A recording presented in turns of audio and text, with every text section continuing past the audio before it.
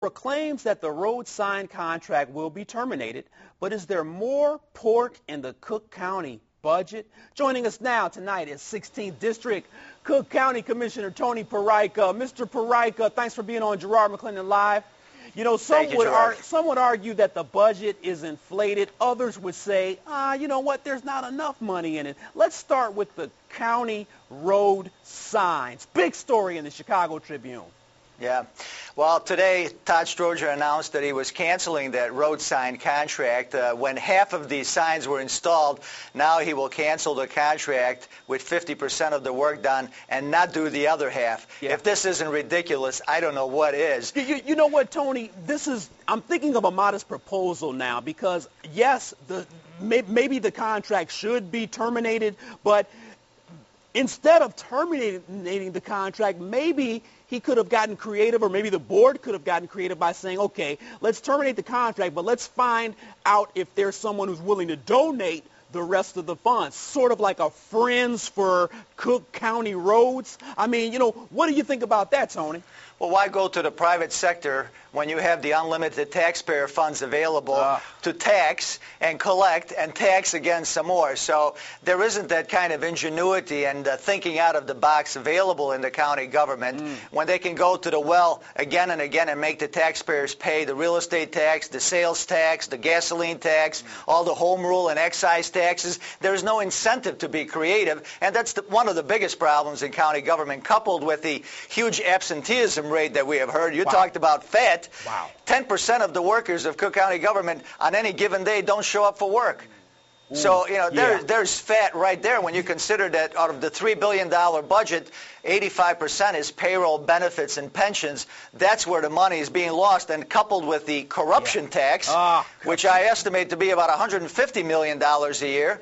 And now you're talking about some real money, hundreds of millions. Now, once again, you've been on the show before. We like having you on the show, but this will not become a beat up the Todd Stroger show.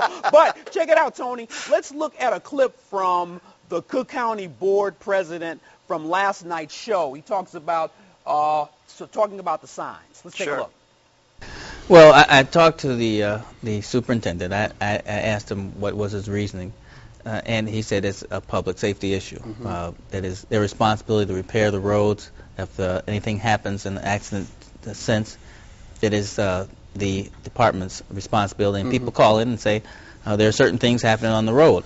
He said they don't have complete signage, and that they need to know where these things are occurring. Yeah. Now, I agree, though, that this is not the time to do it. Yeah. So we will have to have discussion and see if we can cancel the contract. Yeah. We just don't have the funds to do that kind of work at this time. Oh, man, in the middle of a recession, $120,000 on some meaningless road signs. Hey, you got to give him a little bit of credit, though, Tony. I mean, he is going to cancel the contract. Well, the contract should have never been let in the first place. These signs are nonsensical, pure and simple. They don't give any direction. They don't give any information. They have, you know, W40 on I-55. I mean, what's that supposed to mean? I have no idea. And people are not going to be able to get any useful information from this information on these signs. And, you know, we have GPS today. We have satellite monitoring. We have all kinds of technology to spend $120,000 on 1,300 signs. Half of them are now up, and the other half won't be put up, is just beyond belief. You know what, Commissioner, I wrote that in my blog the other day. I said, you know, with $120,000, I mean, you can buy GPS systems for people who purchase their licenses and registrations first. That's right. And they'll never get lost. Let's talk about the partisan rift here. You mentioned that there are 12 Democrats and only 5 Republicans. Do you find that to be a problem? Well, yeah, when you're in a minority, it's always a problem. And there are essentially 3 blocks on the county board, which is 17 commissioners, as you pointed out. There are 5 Republicans. There are the so-called progressive Democrats, 3, 4 of them at times, and then you got the regular machine Democrats for the balance. And they don't get along among themselves, the Democrats, that is. And there are always kind of shifting alliances depending on the issue. And we have been able to stop, as a bipartisan coalition of Republican Republicans and Democrats working together on the county board, over $800 million in new taxes from being enacted by forming this bipartisan coalition. So there are blocs that come together, and in this particular case, even though I found the budget distasteful for various reasons and do not plan on supporting it, the budget will not have any tax increases contained within the FY09 budget, and the borrowing that Todd Stroger and his administration wanted to engage in of $740 million worth of borrowing has been cut down to about maybe $280. Now, Commissioner, I have to ask you this question. Do you always feel some sort of antagonism when you're at these meetings? Are you always coming at some of the other Democrats as well as Todd Stroger with kind of a vengeance type attitude? Because it seems that way. I mean, clarify it for my audience. I have no vengeance, and I act this way with the Republicans on the county board when they don't vote in a manner that I think is in the best interest of the Cook County taxpayers.